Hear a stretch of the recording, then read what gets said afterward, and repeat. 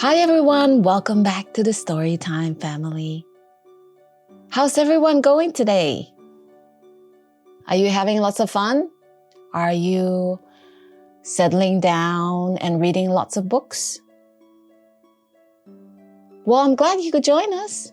Today we have a book called The Great Race, a story of the Chinese Zodiac by Christopher Corr. Let's have a look, shall we?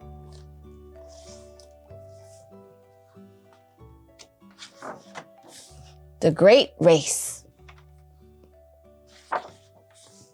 Long ago in very ancient China, there were no years or days or hours. The sun rose and fell without anyone knowing how much time had passed, as there was no way of telling. One day, the Jade Emperor realized that he did not know how old he was. We must have a way of measuring time, he thought. So he gathered all the animals in the kingdom together and said, "Tomorrow there will be a great race. The first 12 animals to cross the river will each have a year named after them." All the animals wanted to win this wonderful prize. Among the animals were the cat and the rat, who were great friends. "Let's win this race together," said the cat. "Make sure you wake me up," he added, for he often slept all day. In the morning, the rat pushed, tickled, and shouted, but it was impossible to wake the cat. So he crept out of the house and headed for the river. On his way, the rat met an ox. "Are you joining the race, rat?" asked the ox. "Ride on my back, and I will carry you across." "I will sing to you to say thanks," said the rat, and he climbed aboard. The great race had begun. The big ox swam gracefully across the big river, serenaded by his new friend. But as soon as the rat saw land,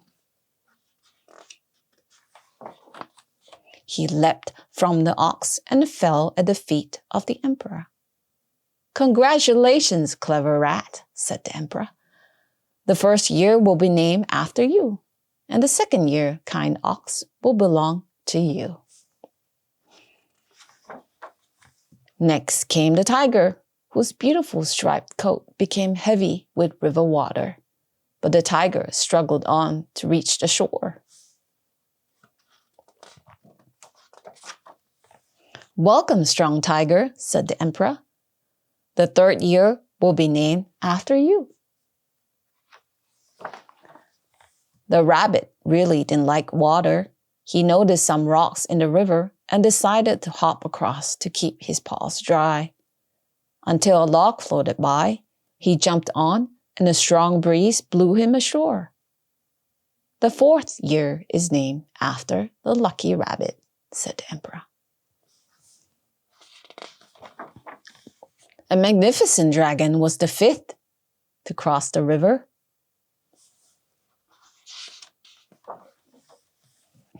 "What kept you?" asked the emperor.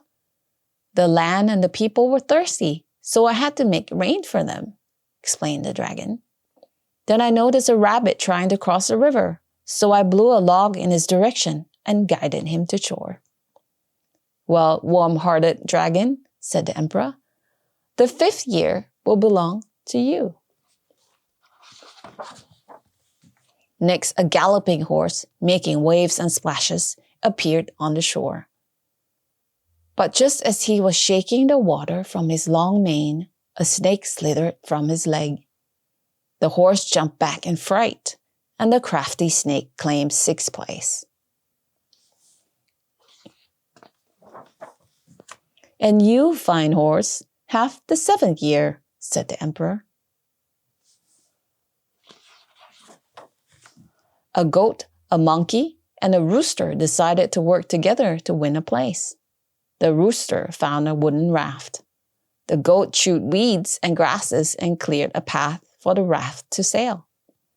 The monkey found a long branch which he used to steer and push them to the other side. The emperor was delighted to see their fine teamwork.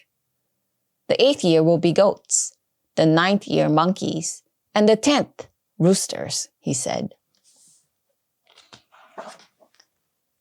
A dog arrived to claim 11th place. He was a strong swimmer and could have arrived earlier, but he was too busy chasing sticks and splashing in the water. The 11th year will belong to the playful dog, called the emperor. As the moon was rising in the evening sky, the emperor heard a loud squealing and screeching. It was a large pig who finally emerged from the water. "I'm so sorry I'm late, Emperor, but I found some delicious apples by the riverbank and I found a pool of mud. And then I fell asleep." "Be that as it may," said the emperor, "the 12th and the final year will be the year of the pig." "The great race is over," said the emperor. "Let us celebrate." But just then, there came a terrible howling from the reeds. It was the cat, looking wet and bedraggled and very, very cross. He saw the rat sitting with the emperor and shouted, "You were supposed to wake me, you rat! I will never forgive you." The cat was so angry that the rat fled for his life. And through the first 12 years that passed, the 12 years after that, and all the many years leading up to this day, rats have always fled from cats.